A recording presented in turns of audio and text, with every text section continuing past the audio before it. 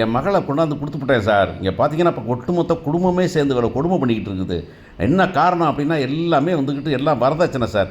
பணம் கொடுத்து எவ்வளோ சார் கொடுக்க முடியும்? நாங்கள் அவ்வளோதான் முடிஞ்சது கொடுத்தோம். அதை விட்டு அதுக்காக வந்து அந்த பிள்ளை மேலே இல்லாத பழி பொல்லாத படிலாம் தூக்கி போட்டு குடும்பமே சேர்ந்து கும்மி அடிக்குது சார் நீங்கள் அப்படின்னு சொல்லி போலீஸ் அனுப்புங்க சார் அப்படின்னு போலீஸை கூப்பிட்டு வர்ற பாக்கியத்தை நம்ம பார்க்க போகிறோம் அப்படிங்கிறதான் விஷயம்.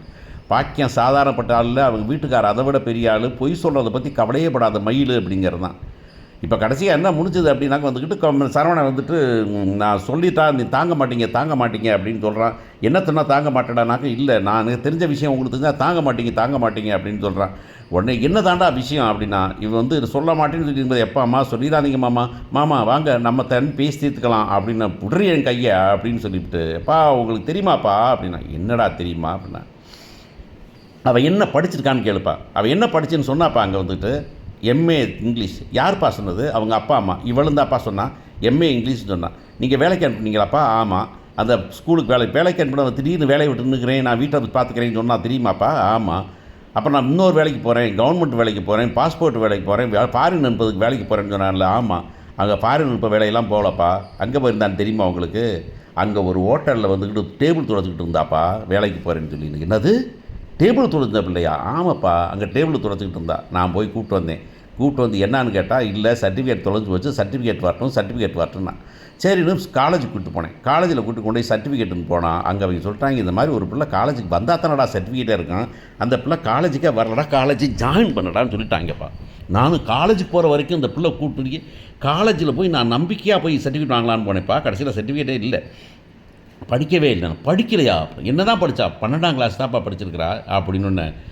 எவ்வளோ பெரிய ஏமாற்றம்! இவ்வளவு நாளாக வந்துட்டு அப்புறம் சர்டிஃபிகேட் இருக்குதுன்னு சொன்னதெல்லாம் அப்போ எம்ஏ இங்கிலீஷ்லாம் பொய்யா அப்படின்னு உடனே ராஜி இதெல்லாம் வந்துட்டு ஐயோ எக்கா என்னக்கா சொல்கிறீங்க நீங்கள் அப்படின்னு பார்த்தாக்க இந்த பிள்ளை திரும்பி முடிச்சுக்கிட்டு இல்லைம்மாமா அந்த பொண்ணே முடியும் பேசாமல் இருன்னு. சரி தொலையுது போடா, இப்போ படித்து என்ன பண்ண போகிறா? ஏன்னா விடு, இந்த கடையை வேலை பார்த்து வச்சுக்கலாம்டா, விடுங்கடா. ஏன்டா அது படிப்பு தானே, தப்பு தான், பொய் சொல்லிட்டேன். ஏன் மயில் இந்த மாதிரிலாம் இருக்கலாமா மயில்? இப்படி பொய் சொல்லிட்டு வச்சுருக்கேன். இதைத்தான் மாமா சொல்கிறேன் மாமா, நான் கல்யாணத்துக்குன்னு உனக்கு எழுதி கொடுக்கும்போது இப்படி எழுதி கொடுத்துட்டோம். அப்புறம் திருப்பிட்டு அப்படி சொல்ல முடியல, எங்கள் வீட்டில் சொன்னேன், எங்கள் அப்பா அம்மாவும் கேட்கல, அப்படி தான் மாமா விட்டுட்டோம். அது சரி போயிட்டு போகுது, விடுங்க. என்ன போயிட்டு போகுது, படிப்பு தானே, படிப்பு ஒன்றும் பிரச்சனை இல்லை, இது ஒன்றும் வேலை கட்டாயம் போகணுங்கிற அவசியம் இல்லை அப்படின்னு கவலைக்கு இல்லைப்பா. ஆனால் பொய் சொல்லணும்ல.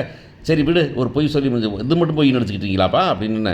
என்னம்மா அவங்க அம்மா தான் சப்போர்ட்டுக்கு வரும் கோமதிட்ட. என்ன இதான் நடிச்சுக்கிட்டு இருக்கியா? இன்னும் என்ன வேணும் தெரியுமா உனக்கு? என்ன ஆனால் போமா, அவளுக்கு என்ன வயசு தெரியுமா உனக்கு? அன்றைக்கி சண்டை போட்டுக்கிட்டு இருந்தோம், ஞாபகம் இருக்கா? என்ன சண்டை வயசுன்னு சொல்லி பேசியிருந்தேன். ஏன்னா சினிமாவுக்கு போனது, தீபாவளிக்கு படத்துக்கு போனது. ஆமாம், அதெல்லாம் உண்மைதாம்மா, அதுதான் உண்மை. அவளுக்கு வயசு 30, எனக்கு வயசு 28. என்னை விட 2 வயசு மூத்தவ.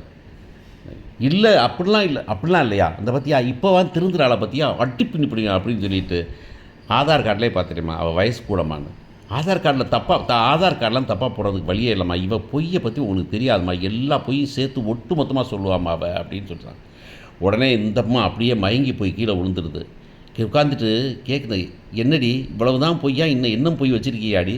படிப்பு பொய், வயசு பொய், அப்புறம் என்ன தான் வேறு தான் வச்சுருக்கிற நீ அப்படின்னு கேட்டால் ராஜி திருன்னு முடிச்சுக்கிட்டா. ஐயோ நகை பொய் ஒன்று இருக்குதே அப்படின்னு நினச்சிக்கிட்டு இருக்க போகுது. அந்த நேரத்தில் வந்துக்கிட்டு அவங்க அப்பா வந்துட போகிறாரு. அவங்க அப்பா ஏதோ பிரச்சனை நடக்குது அப்படின்னு கூப்பிட்டு வர போகிறாரு. கூப்பிட்டு வந்து அவங்க அப்பா பிரச்சனை வந்தாக்கான். இங்கே வந்துட்டு அவங்க அப்பா பார்த்தோன்னே, என்ன மாப்பிள்ளை கோவப்படுறீங்க நீங்கள்? மாப்பிள்ளை இன்னைக்கு கோவமாக வெளியே தட்டி விட்டாரு சம்மந்தி அப்படின்னு. சரி நீங்கள் என்ன, உங்களுக்கு நான் வயசு என்ன, அந்த பிள்ளை வயசு என்ன அப்படிங்கிற மாதிரி கேட்குறதுக்கு முன்னாடியே இவர் என்ன பண்ணிடுறாரு, தப்பு பண்ணது நான் தான் சம்மந்தி, தப்பு பண்ணது நான் தான். எனக்கு அவசரத்துக்கு பணம் தேவைப்பட்டுச்சு, ஒருத்தர் கொடுத்தாங்க, அதை பாக்கெட்டில் மறந்துட்டு வச்சுட்டு போயிட்டேன். நான் வச்சுட்டு போனதில் அங்கே செலவழிச்சு போட்டேன். திரும்பி வைக்கலாம் நினச்சி வைக்கலை.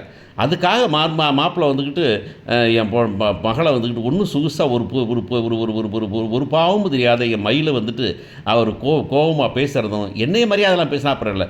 என் மக வாழ்க்கைங்கிறது என்ன, ஒரு 10,000 ரூபா என்ன பெறமாட்டேன் சமயத்தில், நான் கொடுக்க மாட்டேன்னா நாளைக்கு கொடுத்துட போகிறேன் 10,000 ரூபாயை. அது என்ன எனக்கு உள்ளார கல்லா வைக்கிறதுக்குள்ளே ஏதோ ஜாமான் வச்சு பாக்கெட்டில் வச்சுட்டேன் அப்படின்னு ஒரு கதையை பில்டப் பண்ணுவார்.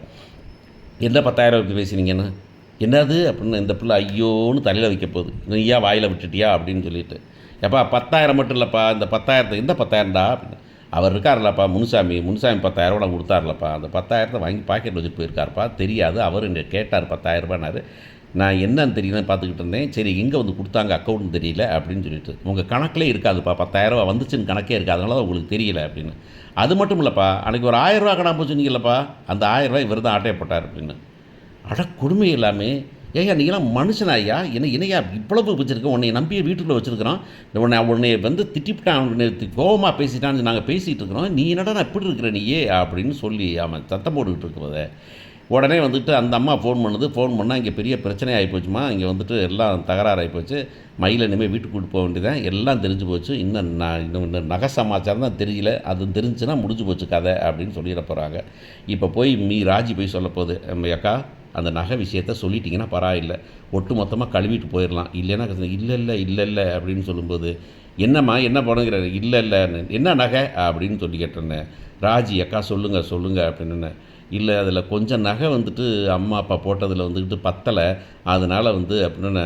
ஆமாம் சம்மந்தி, கொஞ்சம் ஒரு கொஞ்சோண்டு பவுன் மட்டும். கொஞ்சோண்டுனா எவ்வளவு ஏன்னா 8 பவுனு மீதியெல்லாம் வந்துட்டு கவரிங் தான் போட்டிருக்கிறோம், சரி திருப்பி கொடுத்துருவோம், கொஞ்ச நாள் இருந்தால் சொத்து பிரச்சனை வந்து. அட பாவிகளா அப்படின்னு சொல்லிட்டு, ஏண்டி நீலாம் ஒரு மனுஷியா, நீ உன்னை நம்பி வச்சுக்கிட்டு இருந்தனே, நீலாம் வந்து காசுக்காக தலையில் கள்ள தூக்கி போட மாட்டேன், தயங்க மாட்டேன் போல இருக்கேடா நீ அப்படின்னு சொல்லி பேசின உடனே அங்கே இந்த விஷயம் போய் சேர்ந்த உடனே பாக்கியம் பிளான் பண்ணி நேராக போலீஸ் ஸ்டேஷன் போகுது. போலீஸ் ஸ்டேஷனில் போய் போலீஸ்காரன் இங்கே வந்து என் மகளை கல்யாணம் முடிச்சு கொடுத்துருக்குறோம், கொஞ்சம் கஷ்டப்பட்டு தான் கல்யாணம் முடிச்சு கொடுத்தோம், ஆனால் பார்த்தீங்கன்னா இப்போ வந்துட்டு அதில் கொஞ்சம் பணம் தரலைன்னு வீட்டில் ரொம்ப கொடுமைப்படுத்திட்டு இருக்காங்க, உங்களுக்கு வெளியே அனுப்ப போகிறாங்க அப்படின்னு.